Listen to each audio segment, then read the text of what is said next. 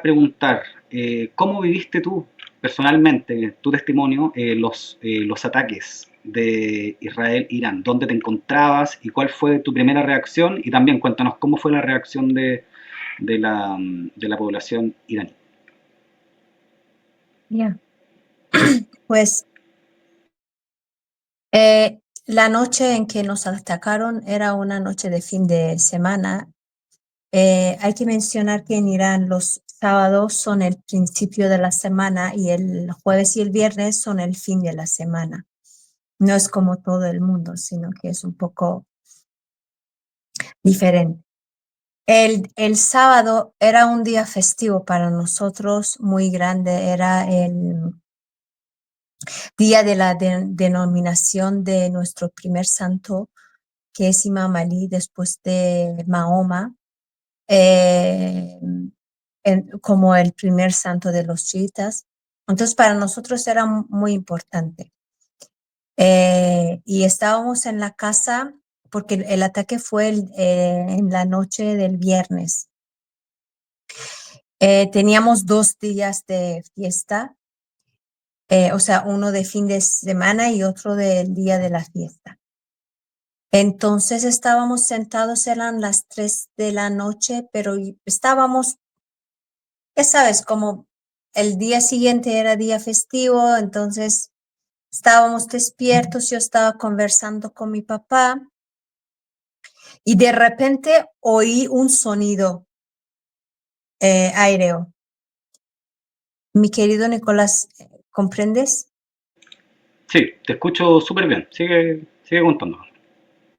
¿Me dejas un minuto para que yo cambie de internet? Sí, no, perfecto, perfecto. Acomódate. Bueno, acá como estamos en vivo y en directo, queridos Un amigos, momento yo desde ahorita. Santiago de Chile y nuestra invitada está conectada desde Irán, ¿verdad? Desde la capital, Teherán. Y bueno, yo seguir entregándoles elementos de contexto para poder analizar esta situación. Una de las guerras, aparte de esta guerra de las interpretaciones, o parte de esta guerra de las interpretaciones, es el balance, ¿verdad? ¿Quién efectivamente ganó?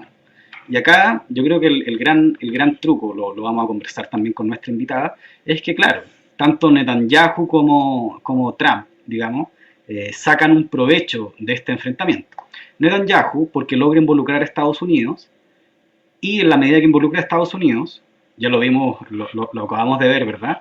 Es Estados Unidos y Donald Trump el que pide que suspendan las investigaciones en contra de Netanyahu por corrupción. O sea, Netanyahu iba a ser citado el día lunes de esta semana a declarar él y su señora por un caso muy grave de corrupción en Israel, y esta guerra le permite a Netanyahu, con el apoyo de Trump, patear esa situación, que lo tenía muy, muy preocupado. De hecho, para muchos analistas, el propósito de la guerra de Netanyahu es esa, es la medida que confronta a ingresar a Estados Unidos, logra salvar la situación interna de debilidad interna, a un alto costo, ¿verdad? A un alto costo porque quedaron expuestos frente al poderío militar de Irán. Y por otro lado, Trump también saca un provecho de esto, porque Trump dice, en un escenario de división interna de Estados Unidos, donde viene a la baja electoralmente, donde le vienen elecciones, él, bueno, golpea el avispero y empieza a perseguir a los migrantes, ¿verdad? Ahí busca un conflicto con los estados demócratas de California, etcétera. Y por otro lado, en la medida que sale a apoyar a Israel, coloca el conflicto o la tensión en otro lado y no en el proceso interno, ¿verdad?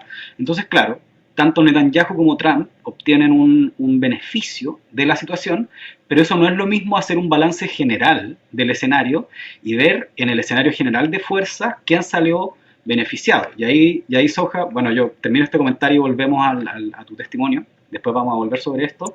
Yo lo que veo es que frente a la región y frente al mundo, Irán sale fortalecido, porque Irán, el gran mito de Israel es que todos los países de Oriente Medio, de Irán, y todos tenían que, no duraban 7 días en contra del poderío militar israelí, y lo que se mostró fue al revés, fue de que Israel fue a provocar a Irán, Irán responde contundentemente, y ese Estados Unidos tiene que entrar a salvar la situación.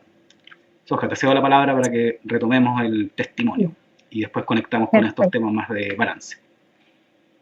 Entonces yo oigo un sonido estando sentada en la sala de mi casa, viendo la televisión y hablando, conversando con mi padre, y digo, papá, puede ser que es un dron iraní. Entonces mi papá dice que así es verdad. Y digo, vamos a verlo. Y yo salgo corriendo al patio de mi casa porque nosotros vivimos en un primer piso y está, o sea, tenemos un patio grande.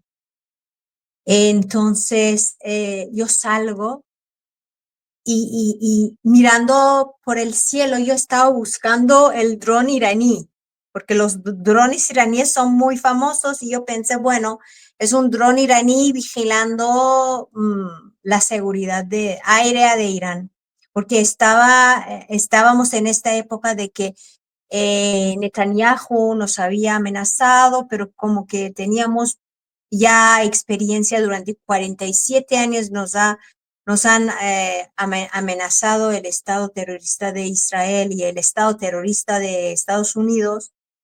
Entonces ya teníamos esta costumbre y nadie ni hacía caso de estas cosas. Entonces, de repente yo, al lado de mi casa, muy cerca de mi casa, oí el sonido de explosión. ¡Bum! Después hubo otra explosión. ¡Bum! Después otra y otras. Hubieron 6 sonidos de explosiones y ya nos dimos cuenta que eso no era un dron iraní. Yo digo, vieron, explotó un lugar y mi mamá estaba hablando con mi hermano. Yo corro al dentro y mi papá se pone nervioso y me dice, sí, es explosión, porque él tiene esta experiencia de la guerra de Irán e Irak y ya sabe el sonido de explosión como es. Pues yo digo, mamá, nos están atacando. Me dice, ¿cómo no puede ser? Digo, sí, nos están atacando. Oímos el sonido de la explosión. Y me dice, no, no, es que tú eres muy miedosa, no puede ser. Entonces, pero la explosión fue fuerte, o sea, fue muy cercano a mi casa que después nos enteramos que más o menos fueron unos, no sé, 500 metros más abajo de mi casa hubo la explosión. O sea, muy, muy, muy cercana a mi casa.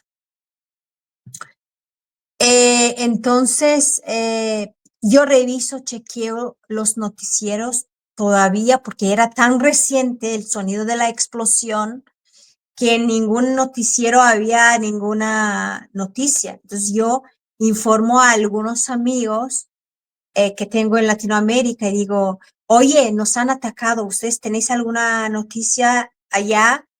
Porque aquí yo no encuentro en ningún noticiero, ni de dentro ni de fuera, noticia sobre la explosión. Y me dicen, porque yo tengo amigos que son también periodistas, y me dicen, ¿cómo? ¿Qué estás diciendo? Digo, sí, nos han atacado, porque yo oí, ahorita oí. Y después en el grupo de Telegram, porque tú sabes que nosotros tenemos un grupo de Telegram donde ponemos las noticias de Medio Oriente. Yo veo que un compañero iraní, que yo veo la primera noticia ahí, que pone Teherán ha sido atacado por Israel.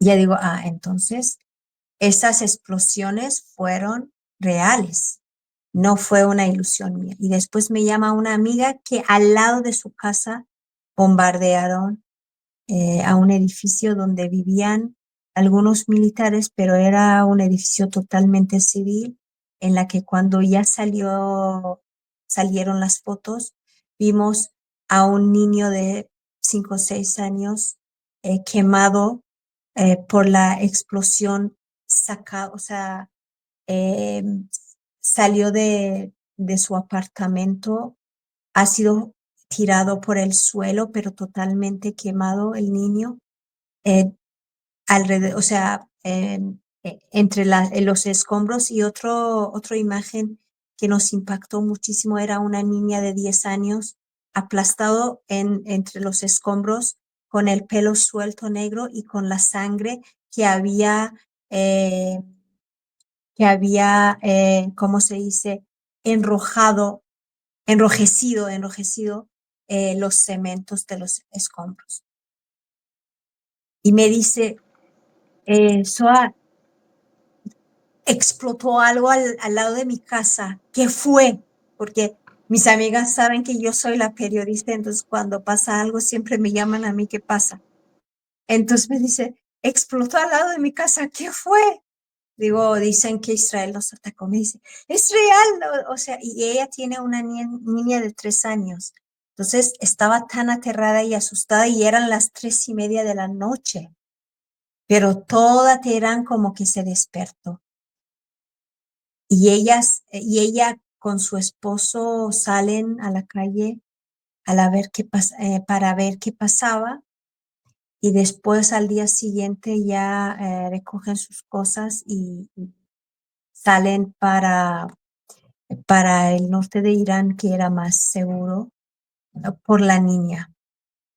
Pero ya después de esto también hubo diferentes explosiones en esta zona, porque en esta zona es donde hay bases militares, hay viviendas también y hay lugares donde se entrenan algunos soldados que son soldados que acuden al servicio militar, son ingenieros, son médicos, porque en Irán, siendo chico, después de la universidad, tú tienes que acudir al servicio militar para saber las primeras cosas de la milicia, por si acaso, porque Irán ha sido siempre uno de los países eh, con tendencia al ataque.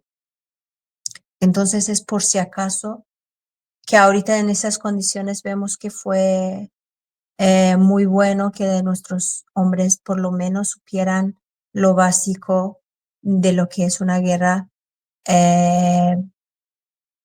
militar, aunque la guerra que nos están planteando no es nada militar, sino que es la milicia contra el civil. Y fue así, o sea, yo me enteré así de esta forma.